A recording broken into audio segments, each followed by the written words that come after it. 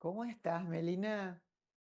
Un placer estar acá tanto tiempo y tanto que nos seguimos. Y bueno, para mí sos una referente, una mujer que además todos estos temas de cómo contar historias de maneras audiovisuales, siempre fuiste muy precursora, Lau. Lo recuerdo desde tiempos inmemorables. Bueno, muchas gracias para mí y decirte que eh, de la familia siempre es bueno mostrar y como promover la gente que es inteligente, que está en el cambio, que es una buscadora y vos sos una de esas. Así que sos mi sobrina segunda, quiero decirlo, porque todo el mundo va a decir, bueno, más nata, sí, sos la hija de Eduardo, mi primo. Y bueno, hay varios Masnata que son bastante importantes en la familia. Pero bueno, te voy a presentar. Tu nombre es Melina Masnata, argentina, emprendedora y especialista en tecnología educativa y diversidad. Autora de publicaciones y libros como Educar en tiempos sintéticos. Melina es investigadora, conferencista, consultora y mentora en programas de liderazgo. Además, eres fellow de Ashoka, oradora de TED, Entrepreneur of the Year, también tuviste el LinkedIn Top Voices del 2024. Eres la mamá de Gal y un sinnúmero de títulos que no vamos a explayar acá. En el ámbito académico, sos subdirectora en el posgrado de Inteligencia Artificial y Género en la UBA. Bienvenida. Muchas gracias. De nuevo, es un placer para mí. Siempre recuerdo cuando, además soy chubutense, hay que decirlo, cuando viajaba a Buenos Aires y teníamos la oportunidad yo era muy chiquita y aparecías vos y era como la prima innovadora, creativa, y esa eras vos. Y para mí siempre hubo como esa mirada de una mujer poderosa, pero además buscando generar mensajes poderosos en ámbitos desafiantes que durante los siguientes años fueron muy poderosos, como todo lo que es audiovisual. Cuando hablamos hoy de tecnología, siempre nos basamos en ese conocimiento y recorrido, así que para mí es un placer y un gusto estar acá, junto con vos en tu casa. Bueno, para mí un gusto porque vamos a hablar de inteligencia artificial y educación. El periódico Clarín produjo una serie documental que se llama Nosotros y la inteligencia artificial, donde convocaron a emprendedores y personalidades para hablar sobre las aplicaciones de hoy y del futuro. Y me pareció que era un tema importante para tocar ahora que estamos terminando este 2024. Y justo te iba a preguntar, ¿cómo fue tu infancia en Chubut? ¿Cómo creciste y qué educación tuviste? Está buenísimo eso. A ver, yo siempre recuerdo el ámbito de la educación era mi casa real porque mi mamá era maestra, entonces siempre estaba en la escuela, sábado y domingo, de hecho, por temas de que ahí iba a preparar todo para la siguiente semana y demás. Entonces siempre fue como un ámbito muy cercano, amigable, familia.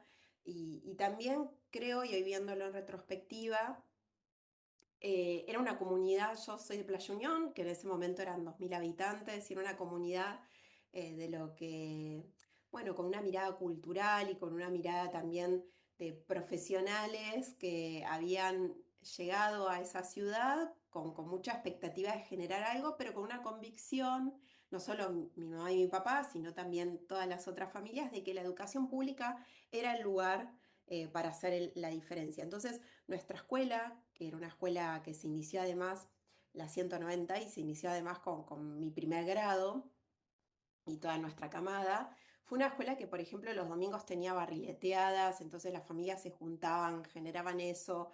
Tenía una biblioteca popular, lo cual también era muy importante para un lugar tan chico y con tantos desafíos para el acceso de la información y bueno, de diferentes libros y bibliotecas.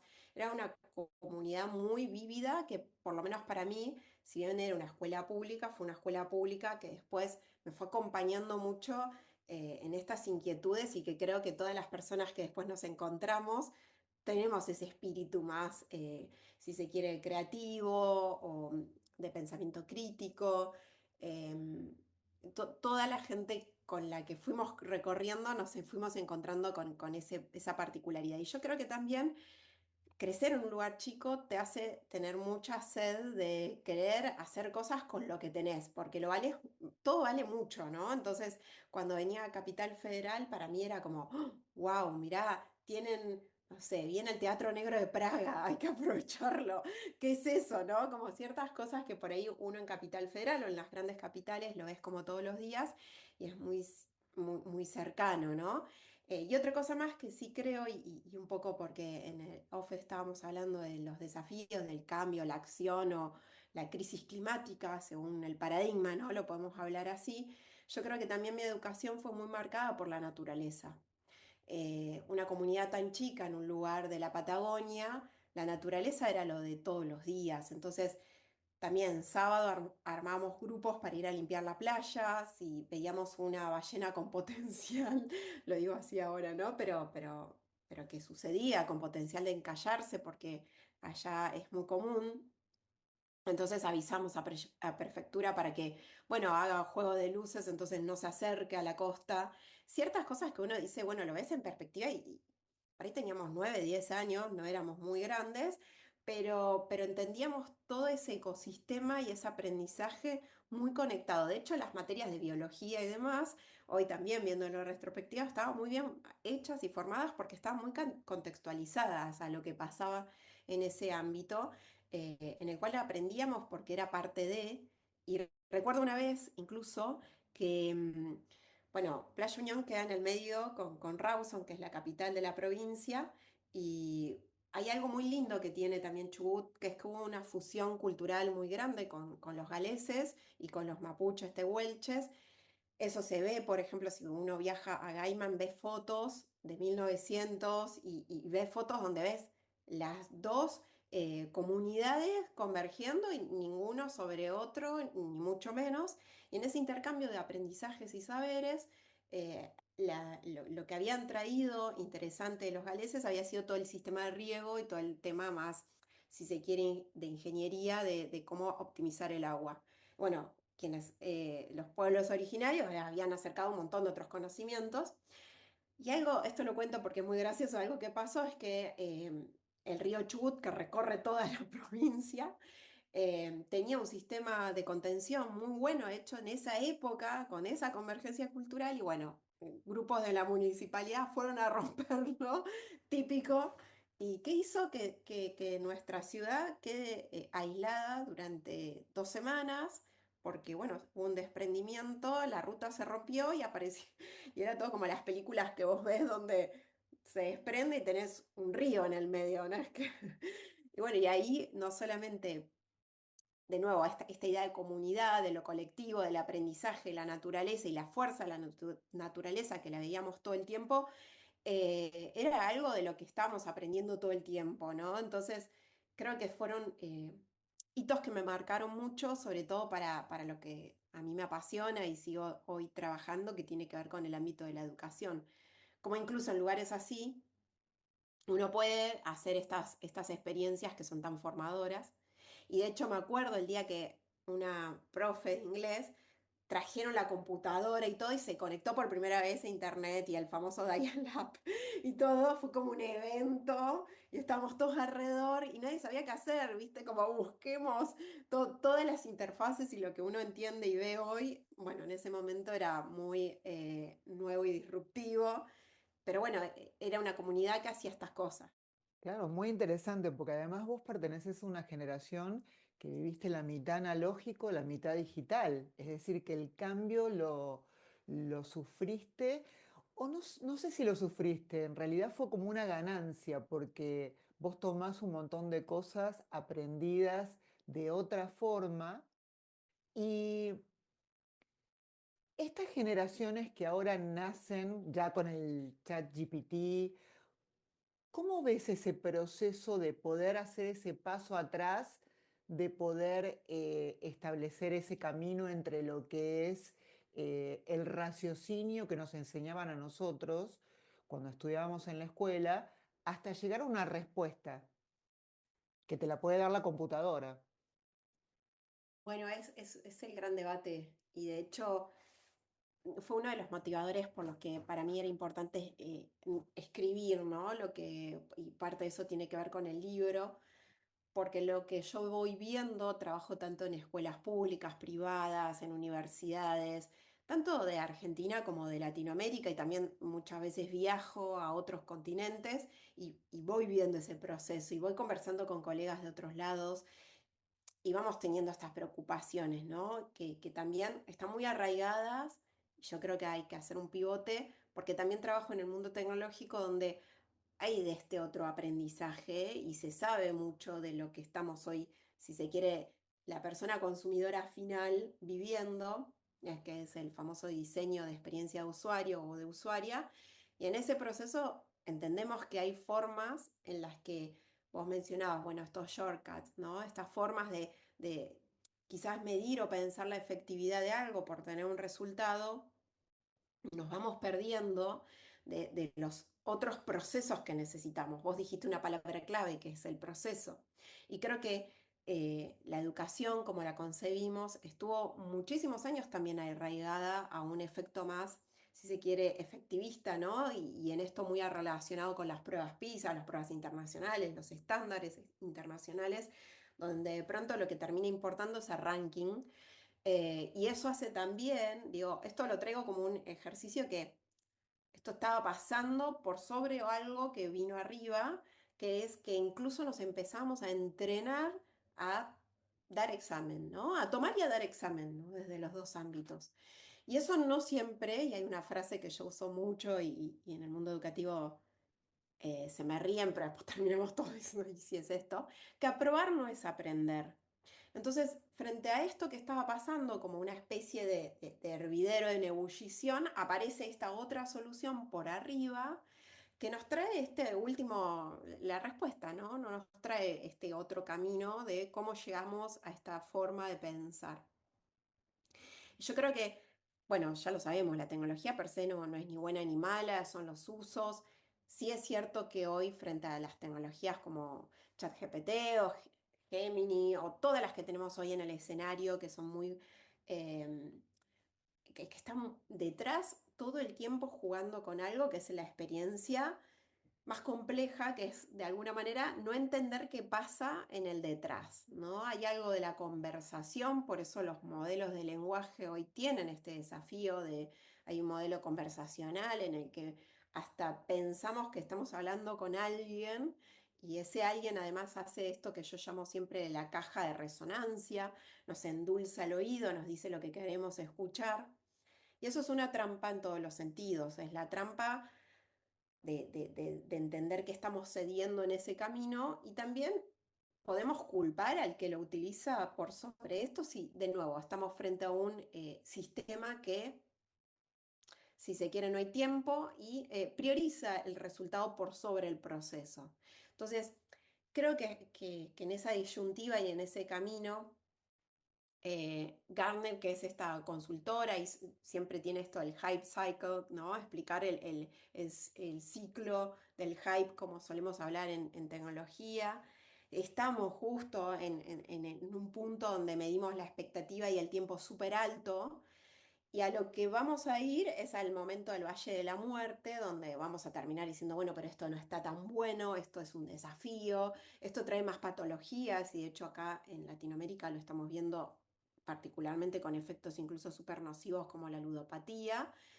Eh, y después vamos a ir a este otro momento más, si se quiere, de valle, donde vamos a entender ese punto de equilibrio y vamos a entender una pregunta que surge mucho, que es, ¿aprendemos más, mejor o enseñamos más, mejor con tecnología? Que esa es una pregunta, ¿no? Porque no todo se enseña y aprende mejor con tecnología y poder corrernos de ese efecto o ese halo, y un poco yo creo que es este sesgo de autoridad tecnológica, donde creemos que todo lo que implementamos tecnología está bien, trae estos otros desafíos. De hecho, justo hoy estaba mirando un artículo, si me permitís un segundo, porque lo quiero mencionar, súper interesante, sobre un desafío grande en esto de, bueno, y cómo sistematizamos hoy estas patologías sobre un estudio, y esto es algo, se llama Brain Root, que es como este concepto de qué otros problemas nos está trayendo la tecnología.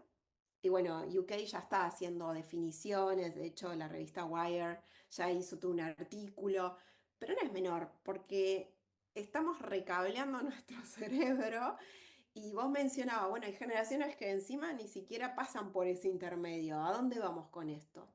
Yo creo que son decisiones políticas muy profundas, porque de nuevo acá hay planos más complejos de hasta dónde estamos cediendo.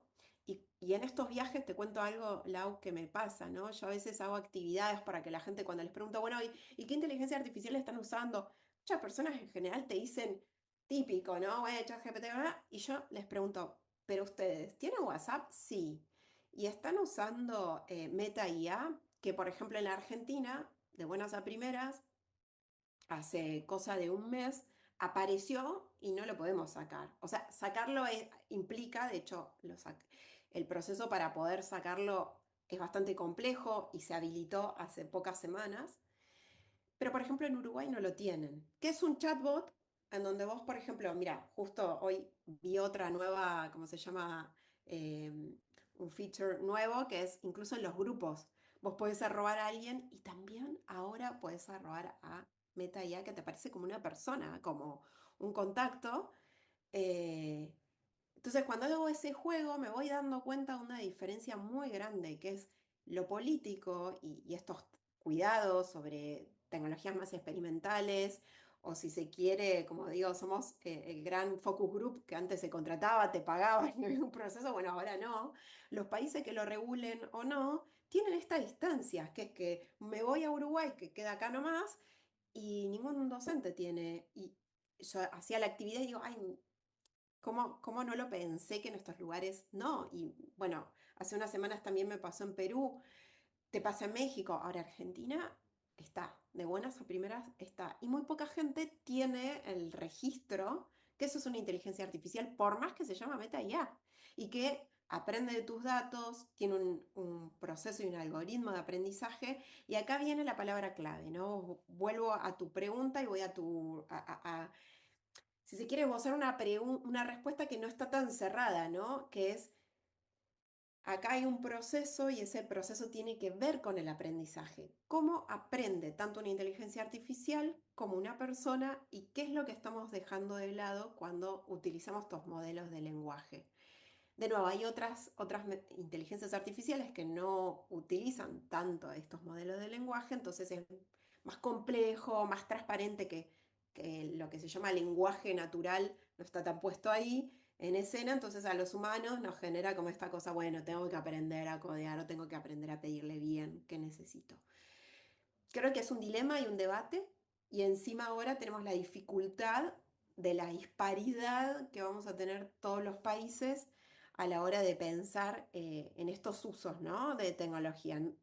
Ya ni lo pensamos, pero hay regulaciones y en algunos lugares se cuida más, menos, y eso va a haber calidad de pensamiento y de procesamiento que para mí el desafío más grande es frente a un escenario de apagón tecnológico que es con el que tenemos que jugar ahora. Digo, las personas tenemos que jugar a pensarnos y por eso a mí me gusta mucho la gente que trabaja con lo que se llama escenarios futuros, ¿no?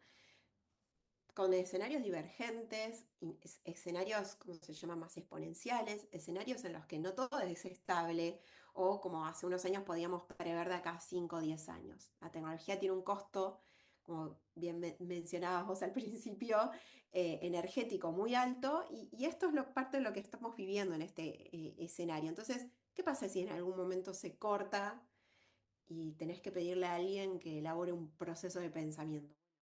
Quiero irme atrás a algo que es como un poquito más filosófico, si se quiere, porque la realidad cambia, pero la educación no está a la par. Entonces, sacando o quitando la inteligencia artificial por un momento, hay la sensación de que lo que se estudia en la escuela a veces no se aplica o no se usa, porque hay muchas cosas que han avanzado, como la forma de generar dinero, y no hay ninguna materia de, no sé, manejo de las finanzas personales, lo básico, de cómo hacer un presupuesto o cómo, no sé, cómo pedir un crédito, cómo abrir una cuenta en el banco, cosas que por ahí el tema del dinero, y ahora los chicos están en high school, pero están con Bitcoin a la misma vez. Entonces te pregunto, ¿cómo está desfasada la educación y cómo ves que esto, así como Meta le pone como el pie a la gente para que esté actualizada, cómo ves que la educación va a cambiar? Bueno, ese es un desafío. Yo creo que primero hay que pararnos sobre lo que sí sirve en la educación, y acá digo sirve porque es la oportunidad, por ejemplo, de no entender para qué estás estudiando algo. Y yo creo que ese fue un error muy grande, o es un error que se puede subsanar muy rápidamente, y es el término de la aplicabilidad. Yo cuando trabajaba en el mundo tecnológico, desarrollando los programas de formación para quienes desarrollan tecnología, es un desafío enorme porque no hay universidades hoy que te formen con esa tecnología o con ese conocimiento, entonces trabajamos con estrategias muy específicas. Mucho de lo que enfocábamos es el tema de la aplicabilidad, sobre todo cuando vos tenés después incentivos muy grandes donde decís, bueno, esto es para esto. Y hay procesos en los que no solo tiene que ver con la aplicabilidad, sino también hay procesos que tienen que ver con la personalización. Hay cosas que no las vas a poder entender o va a haber un proceso de aprendizaje en lo que cada persona le imprime su momento en el que va a decir el famoso aha moment, como, ah, esto tenía que ver con esto, que es muy personal y particular. Entonces, creo que el desafío del sistema educativo hoy per se es poder empezar a hacer una capa de mostrar en qué y para qué sirven lo que estamos aprendiendo. E incluso frente a una gestión de la frustración que implica no tener resultados inmediatos. Entonces, creo que frente a todos esos escenarios súper resultadistas, con tantos desafíos que tenemos en el camino, la educación termina siendo un espacio donde no solo te vas a dar la oportunidad de tener otro espacio y tiempo diferente a lo acelerado, sino también, por ejemplo, a aprender con gente que no es la que vos usualmente en redes sociales te vincularías, ¿no? Y acá tiene que ver con el pensamiento crítico, con poder sostener, estar en vinculaciones que por ahí no son las más comunes, o gente que piensa igual o diferente a vos, y eso también es interesante.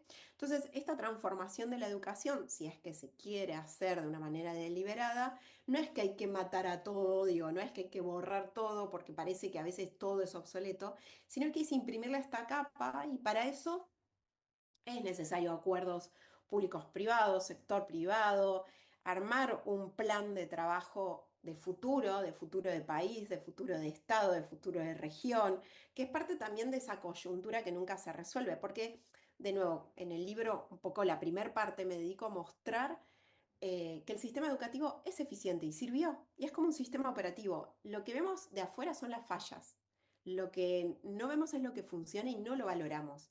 Y tiene un montón de cosas que funcionan y hay que valorar.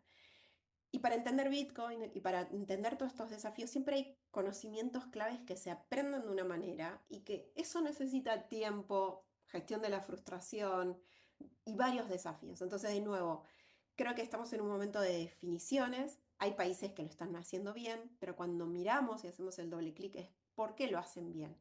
Porque hay acuerdos público-privados, porque hay una definición y una sostenibilidad de ese futuro y de ese proyecto de qué es lo que quiero de acá a unos años y en cuánto tiempo quiero tener este perfil de persona egresada.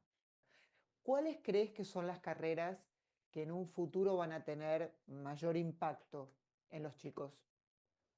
Y es un desafío también, siempre está esta pregunta y a mí me genera como mucha cuestión especulativa también, porque yo lo que creo, más allá de las profesiones, puedo ir contando los que se llaman indicios, ¿no? ¿Qué es lo que vamos viendo y que son indicios de que podrían haber respuestas en ese camino? Hay conocimientos sobre, ya no vamos a tener una sola profesión en nuestra carrera como sucedía antes, sino como te ha pasado a vos y nos ha pasado el último tiempo, tuvimos que acelerar y tuvimos que hacer lo que se llama más polímatas, ¿no? Como esta convergencia de profesiones, inventar profesiones nuevas. Recomiendo mucho, por ejemplo, Abogamer, que es Micaela Mategna, que es una genia, y ella inventó este término, ¿no? Una abogada que además es gamer y hace esa convergencia de juegos y lo legal que hay detrás de todo este ámbito. Entonces yo creo que vamos a ir a un camino donde lo que las personas tienen que buscar es explotar su máximo potencial en las habilidades. Habilidades que después vamos a tener como un juego, ¿no? En donde se van a ir agrupando en ciertas ocupaciones y te diría 5 o 10, porque eso se va a ir acelerando. Bien mencionaste el tema del emprendedurismo, yo creo que eso sí es interesante, pero no todas las personas quieren ser emprendedoras y también ser emprendedor y emprendedora implica muchísimos desafíos negativos y de resiliencia que no todas las personas saben y conocen para qué son buenas y en dónde pueden llevar al máximo sus fortalezas. Yo sí creo, y acá vos conectabas con todo lo que tiene que ver con la programación y estas otras demandas tecnológicas, siempre estamos en números bajos, ¿no? De hecho, por ejemplo, países como el nuestro, abogacía es la carrera que siempre se elige por sobre programación. Sin embargo, también estamos en un momento raro porque cada vez más están estas soluciones que se llaman no code, es decir, sin código. ChatGPT le pedís que haga, por ejemplo, desarrollo de una aplicación y lo hace sin que vos sepas programar, ¿no? Entonces, en esa brecha que se acorta igualmente, la programación quizás va más al camino de ingeniería, ¿no? De entender la ingeniería en computación, entender qué pasa, ¿no? O ingeniería en computación cuántica. Caminos que quizás hace unos años eran una locura y ahora es, bueno, ¿qué de todo es lo que está faltando? Yo creo que también en ese camino y en este momento que venimos tan convulsionado, los oficios están siendo muy demandados, ¿no? Si nos paramos frente a otro escenario, que es el escenario de, por ejemplo, todo lo que es el fast fashion, ¿no? Entonces se te rompe una remera y en vez de ir a comprarte otra, bueno, regenerarla o toda esta conexión más de lo regenerativo, vas a ir a buscar a alguien que lo haga y hay muy pocas personas que se dedican hoy a reformarlo, por ejemplo, ¿no? Como costureras o costureros. Entonces, también esos oficios que hay una pérdida enorme, puede llegar a ser otra de las capacidades que tengamos que desarrollar, pero yo creo que el desafío va a ser que todo va a estar pivoteado con algo tecnológico, ¿no? Entonces, hoy tenés a alguien que, por ejemplo, no sé, te lo digo porque, pues, por ejemplo, no sé, acá oficios como un buen plomero, un buen electricista, una buena electricista, un buen plomero, te sale fortuna y es como una súper requerido, ¿no? Pero esa persona igual tiene que manejar una página, tiene que manejar la demanda, generar un dashboard. Entonces traigo más esos caminos en donde hay, para resumir, algunos escenarios. Si me preguntas a mí qué tengo que estudiar, lo primero que te digo es qué sabes hacer y cuáles son tus habilidades. El sistema educativo se encargó de homogeneizar, no de llevar al máximo potencial de las personas. Entonces, muchas veces les pido a las personas o les recomiendo, hacete un test sobre tus fortalezas. Metete a conocer qué es lo que sabes hacer bien y llevarlo a esos planos. Entonces ahí cambia un poco el juego y ya no son las 10 o las 15 profesiones del futuro, que también hoy tiene todavía un poco de especulativo. Yo muchas veces sigo lo que hace web, ¿no? El Web Economic, perdón, sí, la web, el World Economic Forum, que siempre trae las 10 nuevas, pero la realidad es que lo cambia todos los años, entonces es como difícil de sostener y decir, me inscribo en esta carrera y en 2 años cambia, o ¿qué pasa ahí? Entonces, o vamos a algo más tradicional que se reinvente, como la medicina, la abogacía, ¿no? También, pero siempre con este otro pivote de cómo nos podemos reinventar en el camino. Perdón, y las tareas del cuidado y todos los escenarios que además aparecen como nuevos emergentes frente a una longevidad o frente a situaciones como la crisis climática. Sí, todo lo que sea servicio, salud, acompañamiento. Pero hay algo que vos decís que es básico, es el tema del autoconocimiento. Y es algo que cuando tenés 17 años y no te conoces, es muy fuerte la presión de tener que elegir algo que, como vos decís, ya no es que es para todo el resto de tu vida. Pero a veces tenés una habilidad que no te la han apoyado o que no la quisiste desarrollar o que te pareció que eso no te iba a dar dinero y bueno, de repente, bueno, si te gusta la música, hay muchas cosas que los chicos lo ven como algo, actividad extracurricular, pero que a veces se puede volver tu profesión o el fútbol. Eh, Bueno, el fútbol, por ejemplo, tiene también toda la otra parte de eSport, que es una te cuento algo, el año pasado estuve en UK y el Ministerio de Educación tiene un departamento de eSport mm, porque no solo es un lugar donde saben que es una de las mayores desarrollos económicos dentro de lo tecnológico, sino también descubrieron que como profesión para incentivar a los estudiantes, no solo hay un montón de habilidades que tenés que desarrollar, que parece que no, pero de hecho hasta hay coaches para acompañar a quien solo se dedica a jugar a los eSports, sino que también empezaron a ver como un montón de otras habilidades sobre la práctica de la identidad, ¿no? Porque vos a veces usas un avatar, no sos la persona en persona, entonces por ahí si tenés alguna cuestión como más de fluctuación de género o lo que quieras, ahí podés tener más libertad. Súper interesante ver esas convergencias y como vos decís, ¿por qué no pensar que esos viejos mitos que teníamos por ahí nuestras generaciones de te vas a morir de hambre con esto? Por ahí a veces hasta no, ni siquiera, mira, vos me dijiste fútbol y yo te dije eSport. Hasta podés no ser bueno físicamente jugando el fútbol, pero sí muy bueno o buena jugando digitalmente al fútbol. Estamos en esos momentos interesantes. Yo creo que esto sí es un indicio, porque ya lo está haciendo este otro Ministerio de Educación. En principio te quería preguntar eso, ¿cuán beneficioso es para el aula el uso de la inteligencia artificial? Hay algunas cosas como las que vos mencionaste que yo veo que están muy buenas, por ejemplo, docentes que generan sus propios productos de actividades, digo, productos culturales, ¿no? Por ejemplo, sabés que tu grupo de estudiantes va a estar más motivado o interesado con una temática o trabajás esa temática durante todo el semestre, por dar un ejemplo, y entonces todos los materiales, en vez de ir a un libro de texto o algo más si quiere estandarizado, los podés trabajar en pos de una narrativa, por ejemplo, que es muy poderoso y que además tiene algo que es la adaptación a ese grupo, ¿no? Yo lo estoy viendo y lo veo como algo súper positivo porque al docente le trae como la fascinación, incluso en temas de productos audiovisuales es algo muy potente, muy poderoso y muy potente, con mucha capacidad de transformación también de la experiencia educativa, ¿no? Con un grupo que consume todo el tiempo, ¿no? Videitos de TikTok. Entonces, bueno, hace un video donde cuentes un tema, que después lo retomás, donde pones un avatar, que ese avatar, por ejemplo, es una persona argentina con tono cordobés, ¿no? Por darte un ejemplo de cosas que he visto y que la gente entonces hay una fascinación, que esa fascinación además tiene que ver sobre esto de cómo activamos la atención.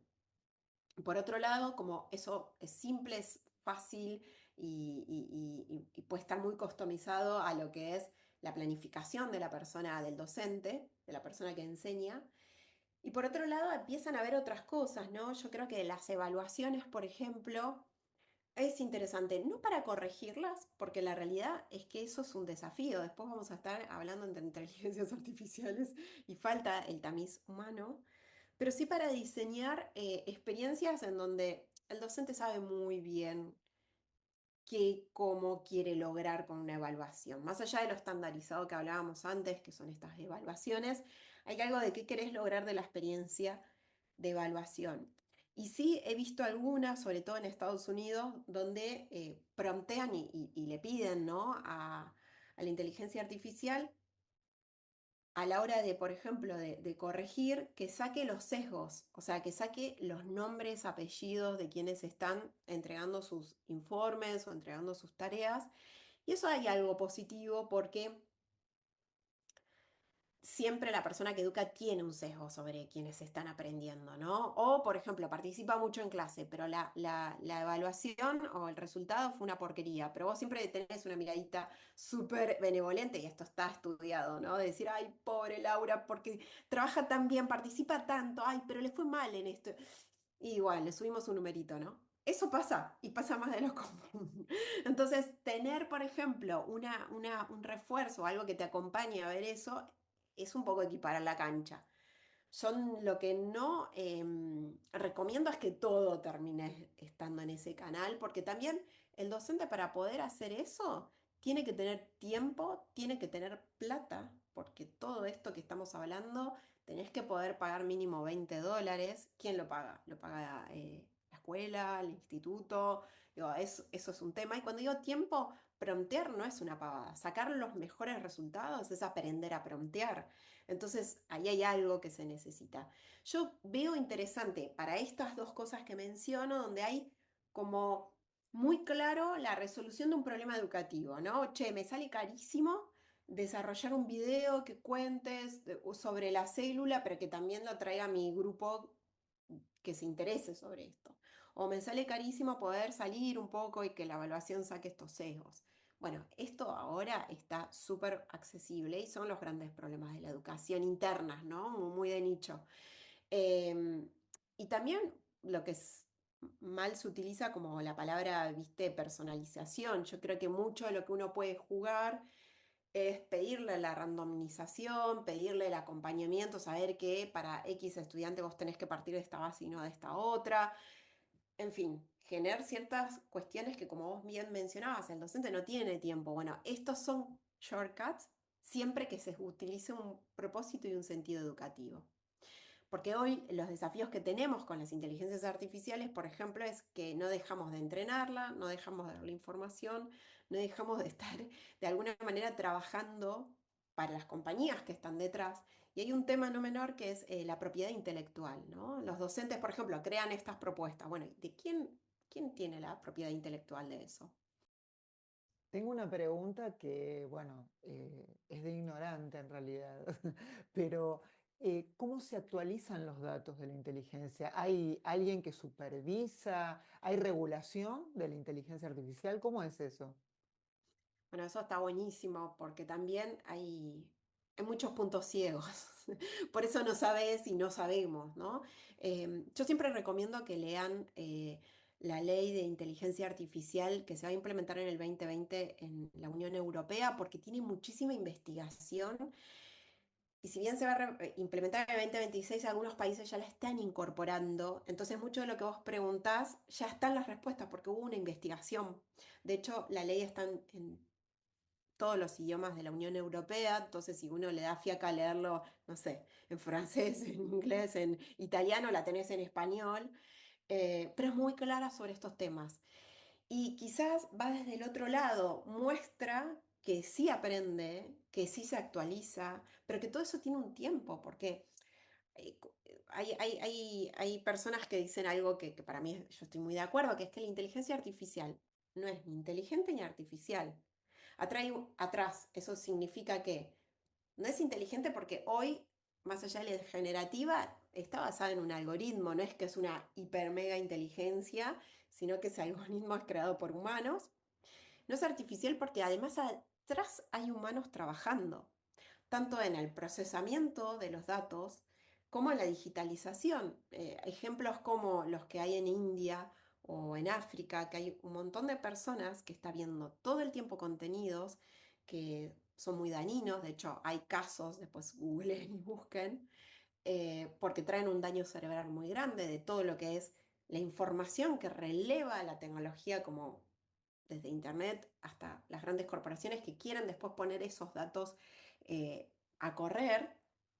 Entonces en eso hay un proceso muy humano y muy humano que habla de muchas precarizaciones. Entonces, temas vinculados a la actualización depende de cada compañía, depende de cuáles son las leyes que estén regulando y depende también de la competencia que tengan las diferentes, por ejemplo, si vos decís, che, me meto en el motor de Google, ¿no? Gemini.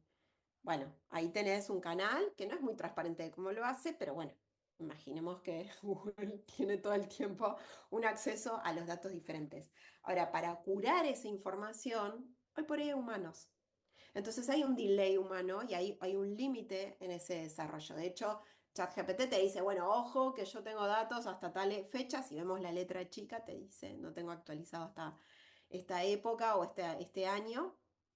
Entonces, no hay una respuesta cerrada a tu pregunta, pero sí que esa pregunta la tendríamos que hacer todas las personas y buscar ser usuarios informados, ¿no? Buscar la letra chica, ver qué pasa con esta ley, ver qué se investigó y qué tenemos detrás. Y cada vez que bajemos una inteligencia artificial, esa data lo va actualizando y es parte donde nosotros además somos parte del loop. Hay un concepto que es human in the loop o el humano en el circuito, que es dónde estamos las personas en todo esto y cómo le estamos aportando valor y no nos pagan por ese valor.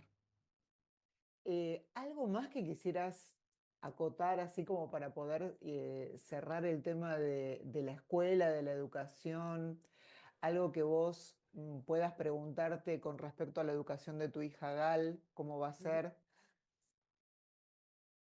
Bueno, es un desafío. Sí, voy a hacer dos pivotes. Yo creo mucho que la educación es el mayor acto humano y es el mayor acto de trascendencia que tenemos. Si bien es como un término tan amplio que a veces pensamos cuando decimos educación, lo llevamos directo al sistema educativo y educación también es lo que hacemos las personas cuando estamos aprendiendo en ámbitos no formales, cuando estamos abriendo una aplicación. De hecho, las aplicaciones de aprendizaje son una de las más descargadas. Si quieres aprender un idioma, si quieres aprender determinadas cosas, hay un desconocimiento de esa falta de poner una etiqueta y decir esto también es educación, ¿no? Y que quizás cuando lo podamos mencionar, lo podamos ordenar y nos podamos hacer cargo también de ese proceso. Y en ese camino creo que las personas no nos hacemos cargo. Creo que el gran desafío que tenemos es que siempre lo llevamos hacia afuera, ¿no? El sistema educativo, esto, lo otro, me lo tiene que proporcionar. Y hay muy poco, y ahí conecto con una palabra que vos trajiste hoy, que es el autoconocimiento. Hay muy poco autoconocimiento sobre cómo aprendo mejor, qué quiero aprender. Y en ese camino, ¿hacia dónde voy construyendo ese recorrido que no tiene que ser una sola receta?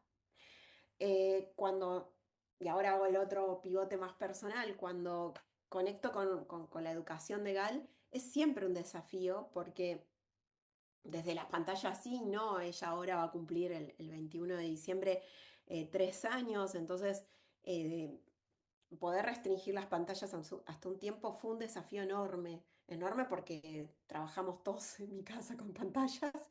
Entonces cómo se hace esa interacción, cómo ella además va acostumbrándose que interactuar a veces no es solamente con humanos. Y esto es un desafío enorme.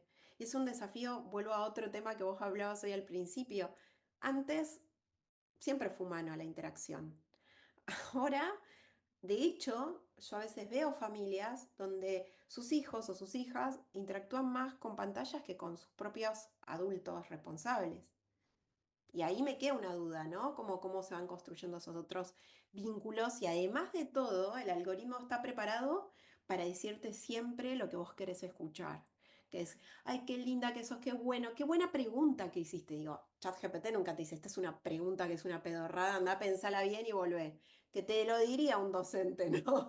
Como andá a pensar bien lo que me vas a preguntar y después volvés. No, y además te Eh, generan, perdón, te generan la necesidad de compartir digitalmente con los amigos. Los chicos ven series por el celular juntos, separados, pero juntos en la misma pantalla. Y se acuestan mirando películas juntos y comentando. Eso es muy impersonal, no hay nada más impersonal que eso. Y eso es estar juntos, poder exacto. compartir una película por el celular. Y eso que acabas de mencionar es un tema. Hace unas semanas estuve con el equipo de TikTok y de Meta, que bueno, elaboraron un montón ahora de manuales para las familias, porque lo que está empezando a pasar es que las horas de sueño son cada vez menores, porque esto que vos traes es una socialización, pero es un tipo de socialización que además extiende y quita las horas de sueño. Estas generaciones están durmiendo menos y eso trae un desafío a la hora de aprender la capacidad de atención, todo lo que ya sabemos, ¿no? Eh, Cuando me lo mostraban y a un par de personas que trabajamos en tecnología que nos invitaron como para decir, bueno, miren qué espectacular estos manuales para las familias, yo pensaba, bueno, pero ¿cómo salimos? ¿Cómo nos reeducamos? Porque ahora a esta gente le tenés que decir de acá para atrás, ¿no? No, no es para hacia adelante. Y ahí tenemos unas deudas muy grandes, como bien decís. Entonces, no solamente es ese vínculo que terciarizamos, sino también las nuevas formas de socializar, donde me imagino que habrás visto, en Estados Unidos hubo un caso, en realidad fue en febrero, pero tuvo más impacto este último tiempo, de un adolescente de 14 años que se suicidó porque conversaba con una inteligencia artificial que es generativa y que como es generativa, la compañía dijo, ¿sabes qué? Yo no me puedo hacer cargo de las respuestas. O sea, está entrenada para ir modelizando la conversación y vos en algún momento cuando creaste tu usuario, cediste esto, ¿no? Y entonces es una alarma porque además empiezan a pasar estos temas donde el adolescente toma esa decisión, pero antes había tenido un vínculo amoroso. Y fue su primer vínculo amoroso, una inteligencia artificial. Entonces, estamos frente a estos desafíos en los que, por supuesto, el acompañamiento de las personas más adultas, de volver a la red y a la comunidad, es lo que más nos complica. Y yo siempre digo, cuando voy, por ejemplo, con Gal, y lo hablamos mucho con la pediatra, ¿no? A las salas de espera con la pediatra, yo no veo problemas con los niños y las niñas, yo veo problemas con los adultos, que estamos atrás de una pantalla porque vivimos en el burnout, estamos todas las personas como estresadas, cansadas, y esto te llama y te dice, vení, vení, quédate un ratito más, y después le decís a tus hijos que no estén acá, es difícil. Entonces, creo que hay una reeducación que se tiene que dar más en ese plano. Entonces, volviendo a este último mensaje, creo que la educación es lo que nos hace trascender como humanidad. Es un espacio además seguro para probar, prototipar qué queremos ser, cómo queremos serlo, y además volver y que no es algo que se corte, que sea finito, es donde mejor podemos invertir, pero es donde también nos entabla otras emociones y otras formas de vincularnos, por eso nos duele y por eso nos es tan difícil, porque la educación siempre habla de futuro. Y estamos en un momento donde hablar de futuro nos cuesta como sociedad, humanidad, pensar, ¿cómo se imagina la sociedad del 2020, 30? 25 es mañana. Eso nos está costando. Entonces estamos cediendo esos espacios que en algunos momentos fueron claves para definir los próximos pasos de la humanidad. Muy bueno, Melina, la verdad que me quedaría hablando una hora más contigo porque tengo, no sé, como 20 preguntas más para hacerte, pero creo que por ahora puede ser que haya una parte 2, no Vamos se con esa. sabe. Vamos con Por favor, esa, te lo pido. Vamos con la vamos parte con 2. esa, vamos con esa. Bueno, Melina, te mando un beso muy grande. Espero que tengas un genial principio de año, buen fin de año y que el 2025 venga mejor para todos, porque nos lo Tal cual. merecemos. Me sumo a Nos- esos deseos, te los devuelvo y te los devuelvo exponenciales y que nos sigamos encontrando para la parte 2 a ver qué novedades hay de inteligencia artificial y educación y mundo. Gracias por generar este espacio y estas preguntas que nos obligan a pensar diferente. Así que te agradezco este espacio porque para mí también es la oportunidad de algunas cosas que uno tiene, bajarlas y dialogarlas. Así que gracias, Lau, por esto. Gracias, Meli. Besitos. Besitos. Nos vemos.